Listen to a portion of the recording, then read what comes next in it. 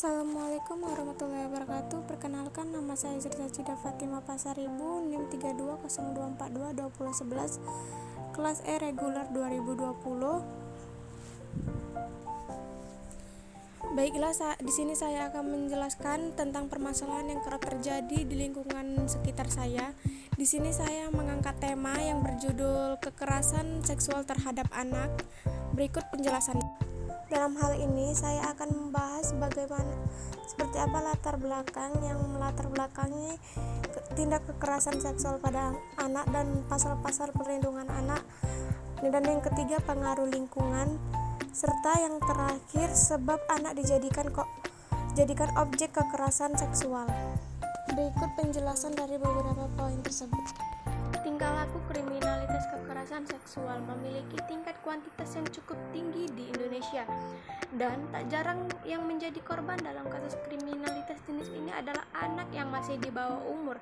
Finkelor tahun 1999 menyebutkan bahwa di Amerika Utara, epidemiologi tren pelecehan seksual secara teoritis dibagi menjadi 5 kategori. Ada penyalahgunaan intrafamiliar, ini melibatkan ayah, figur ayah, paman, atau kakak. Selanjutnya ada penganiayaan yang dilakukan oleh pengasuh seperti guru, rohaniawan, dan pelatih.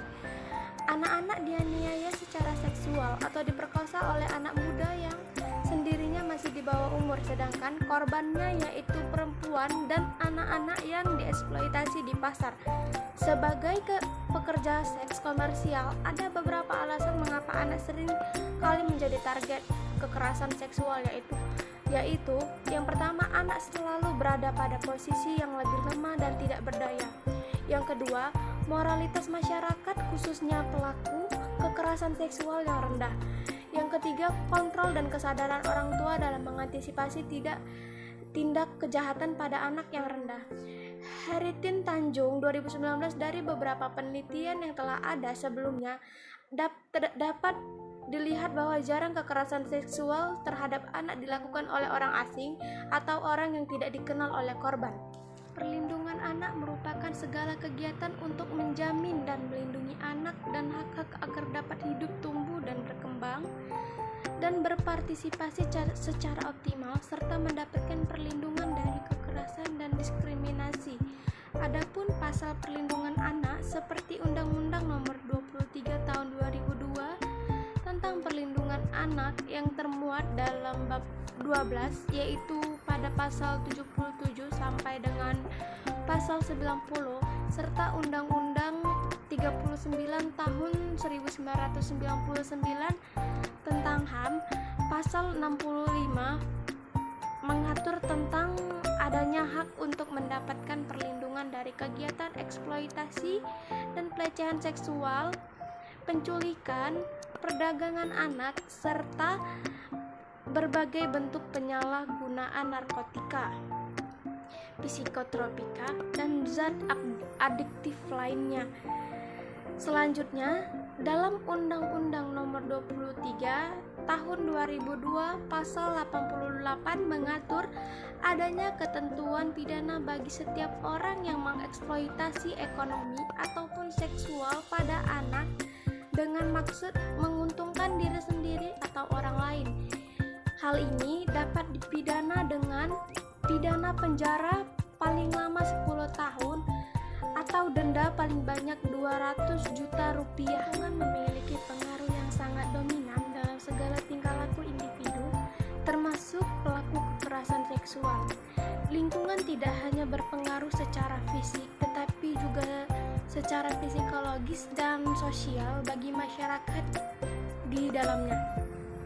Survei menunjukkan bahwa sekitar 3/4 dari pelaku kejahatan seks remaja di lembaga pemasyarakatan memiliki sejarah masa kecil hubungan keluarga miskin, pemisahan orang tua atau kerugian, penempatan asuh, fisik atau pelecehan seksual, dan penelantaran. Boswell tahun 1999, Falswell dan Brown tahun 1997 ini menunjukkan bahwa lingkungan tempat individu hidup dan dibesarkan sangat mempengaruhi perilaku individu tersebut di kemudian hari. Lingkungan yang tepat akan mendukung kesejahteraan individu-individu yang berada di dalamnya, dan sebaliknya, lingkungan yang kurang tepat akan menghambat kesejahteraan hidup individu-individu di dalamnya. Kondisi moralitas masyarakat dalam sebuah lingkungan juga mempengaruhi potensi kekerasan seksual secara signifikan. Heritin Tanjung tahun 2009, karena ditinjau dari segi pelaku yang melakukan kekerasan seksual pada anak, individu dengan kesadaran moralitas tidak akan melakukan kekerasan seksual atau kejahatan lain pada anak maupun orang lain sekitarnya. Mengapa anak dijadikan sebagai objek kekerasan seksual? Pada hal ini, Winkler tahun 1999 menunjukkan bahwa seorang anak dari kelompok tertentu lebih rentan terhadap pelecehan seksual dibanding dengan hal lainnya. Mereka termasuk anak-anak dari keluarga yang bercerai, anak yang hidup dengan orang tua tiri atau wali, anak-anak dari keluarga yang melakukan kekerasan, cacat fisik seperti kecanduan alkohol, obat-obatan, dan masalah kesehatan mental. Paulauskas tahun 2013, sebuah studi di India juga melaporkan bahwa terdapat beberapa anak yang rentan menjadi korban pelecehan seksual. Di antaranya anak-anak jalanan, anak yang berada di lembaga pengasuhan anak yang mengalami kesulitan ekonomi, anak tiri, dan anak yatim yang miskin. Molyneux dan kawan-kawannya pada tahun 2013, pada penelitiannya, peneliti tersebut dapat diketahui bahwa anak yang menjadi objek kekerasan seksual cenderung lebih lemah, baik secara fisik, psikologis, ekonomi, maupun sosial dibanding dengan pelaku, sehingga mereka cenderung tidak memiliki kemampuan untuk menentang atau melawan pelaku kejahatan tersebut.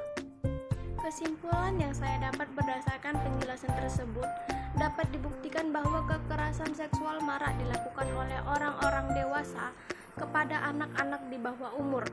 Potensi lebih banyak terjadi pada anak-anak di bawah umur ini karena anak-anak memiliki power yang lemah, baik itu fisik maupun psikis mereka, sehingga potensi kekerasan seksual lebih besar terjadi pada anak-anak di bawah umur daripada orang dewasa. Kasus kekerasan seksual pada anak yang dijelaskan dalam BAP, kebanyakan anak-anak ada yang dibujuk, dirayu dengan mainan, jajanan ataupun uang, dan ada juga yang dipaksa. Pada dasarnya, kasus kekerasan seksual pada anak yang dilakukan oleh orang-orang yang tidak bertanggung jawab dapat menyebabkan trauma yang mendalam pada si korban dari pelecehan seksual dan dapat mengganggu jiwanya dan merusak masa depan anak tersebut. Segitu saja penjelasan dari saya mengenai kasus kekerasan seksual terhadap anak.